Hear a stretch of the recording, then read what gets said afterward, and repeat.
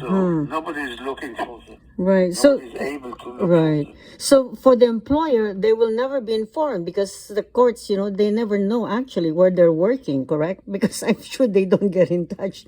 They don't give that information. So employer will just keep employing them and there's no problem. The government will not, charge them for employing somebody who is up for deportation or for a hearing. Of course, when they are issued the employment permits, Yes. they are for a limited time, usually for a year or 2 years. Yes.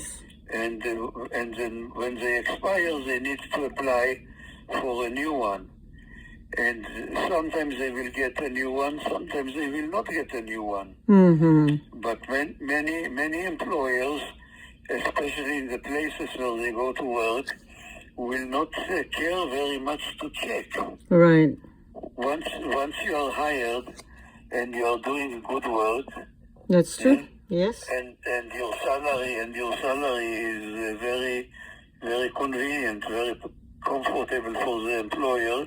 The employer forgets to check. That's right. That's right. Yes. Yes. So, Atty.Golan, how difficult or challenging is it to prove a political asylum case? Pretty difficult. Mm-hmm. Pretty difficult. Not easy, especially not if you claim political asylum from the countries where most of those people are coming, which is Central America. Because it's very, you really have to have a story and proof that the government is trying to do something better to you. Okay, which is not easy. Okay, because you have to have proof. And most of those people honestly come to be employed, come to work. Not because of not of political persecution. So, in other words, if an individual enters illegally and after some time meets someone and, decides to get married, marries a U.S. citizen, does it mean that he can be petitioned and become a legal resident in the United States? No, not really. It means that he can be petitioned, but because he has an uninspected entry, he was not inspected at the entry because he had an illegal entry. He cannot get a green card inside the United States. He needs to go back to his country and have an interview at the American consulate in his country. So again, most people will not do it. That's right.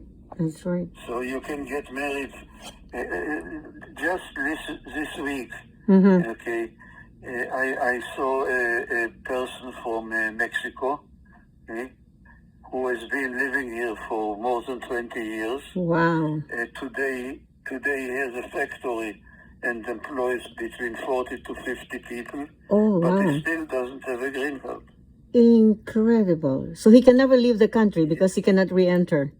No, he cannot leave the country, but Wow. the country is big enough for him. Yeah, that's right. Wow. I was just going to ask you, Atty.Golan, I'm sure you've encountered these cases when they entered illegally and now very successful in the United States. Although, as you said, it will always be a burden, right? They will never be able to leave the country because of their illegal entry to the United States. There's no solution. There is some provision for a waiver. Oh. There is the law gives some space for a waiver or a pardon of the illegal entry, but again, it is not easy to get it. Right. What happens, for example, if there is a family that would like to adopt, a child or someone that had come illegally unaccompanied? Is that possible?